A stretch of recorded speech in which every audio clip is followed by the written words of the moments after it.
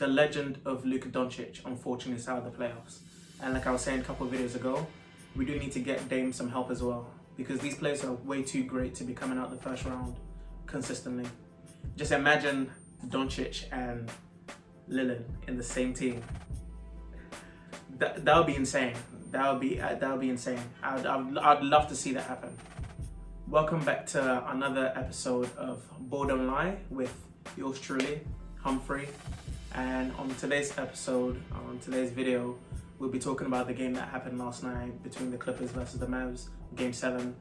And also we'll be looking at, the Utah Jazz Clippers series, because obviously Clippers beat the Mavs.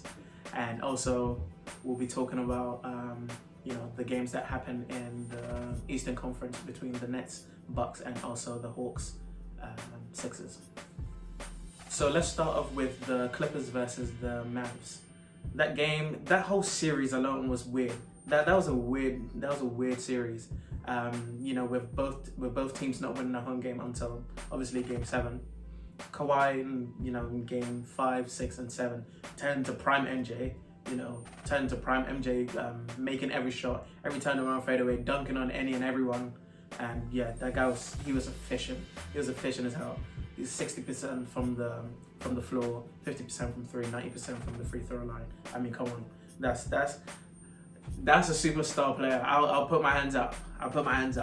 That's a superstar type of performance. But like I said in my last video, I only go off of new evidence. My opinion changes on new evidence, and from what he showed me, how can I not call him a superstar?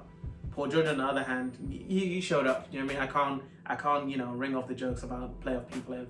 Playoff P is Porzingis. I'm not even gonna talk about Porzingis. He just needs to get out of Dallas because he did not help Luka at all.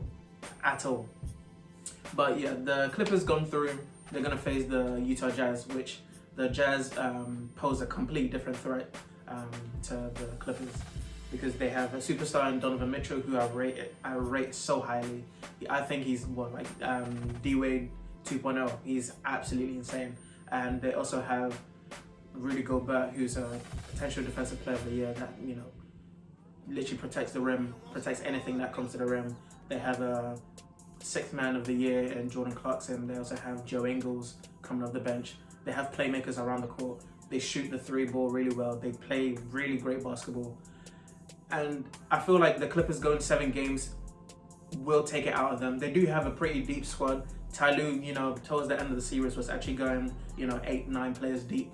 And he will need them, because the Jazz, literally, they're a very deep squad as well. But ultimately, my prediction for that series, I think it will be Jazz in 7. And now, the way I speak, I'm not a Clipper hater. I swear, I'm not a Clipper hater. But I don't see the Clippers getting past the Jazz, especially after coming through this tough 7-game series. Because if they start as slow as they did against Dallas with the Utah Jazz, I don't see the Utah Jazz surrounding 2 games at home. But it'll be a very interesting matchup, and I can't wait to see that. Like I said, you guys put this, put your opinions in the comment section. I really am interested to see what you guys think. Literally, put anything in the comments. Put what's on your mind in the comment section. I want to have that interaction with you guys. I do want an active comment section. If you like the video as well, let me know, and I will put more out there for you guys. Also, moving on to the Nets versus the Bucks. That game, literally, I had my big bowl of pasta. Around 12:30, about to watch the game. 48 seconds in, James Harden has a hamstring contusion and is out of the game. What? That it didn't take the gloss off the game, because there's still superstar talent around all across the board. And Blake Griffin, out of all the superstars, Blake Griffin was the player of the game. He was doing the dirty work. He had 18 points, 14 rebounds, was dunking everywhere.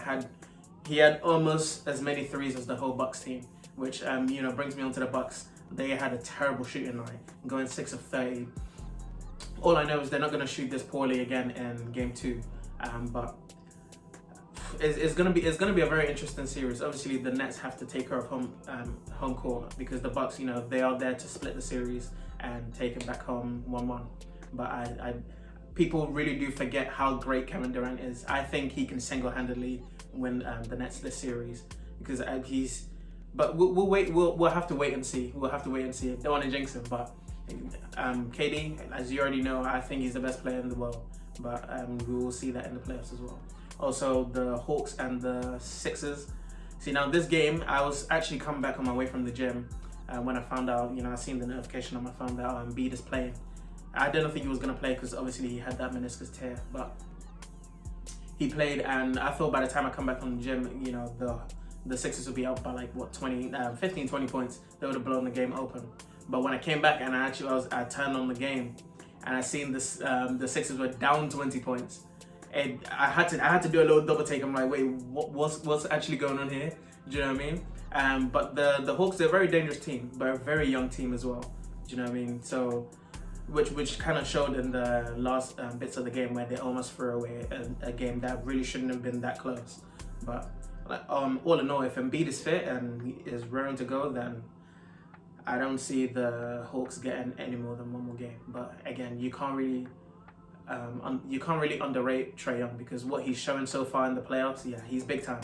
And like I said, the playoffs is where you make your name. But Trae Young's been doing this the whole regular season. But when you're doing the playoffs, it's more magnified. So all good luck to him. I really will be keeping a close eye on this series and see what happens with that. But yeah, thank you guys for watching, and like I said, put your opinions in the comment section. I really do want to have that interaction with you guys. Keep liking, sharing, subscribing. Tell a friend to tell a friend. Tell a friend who enjoys basketball. Tell a friend who doesn't enjoy basketball. Maybe I can get them into watching basketball. And thank you guys for your support, and I'll see you guys in the next one. And remember, bottom line, baby.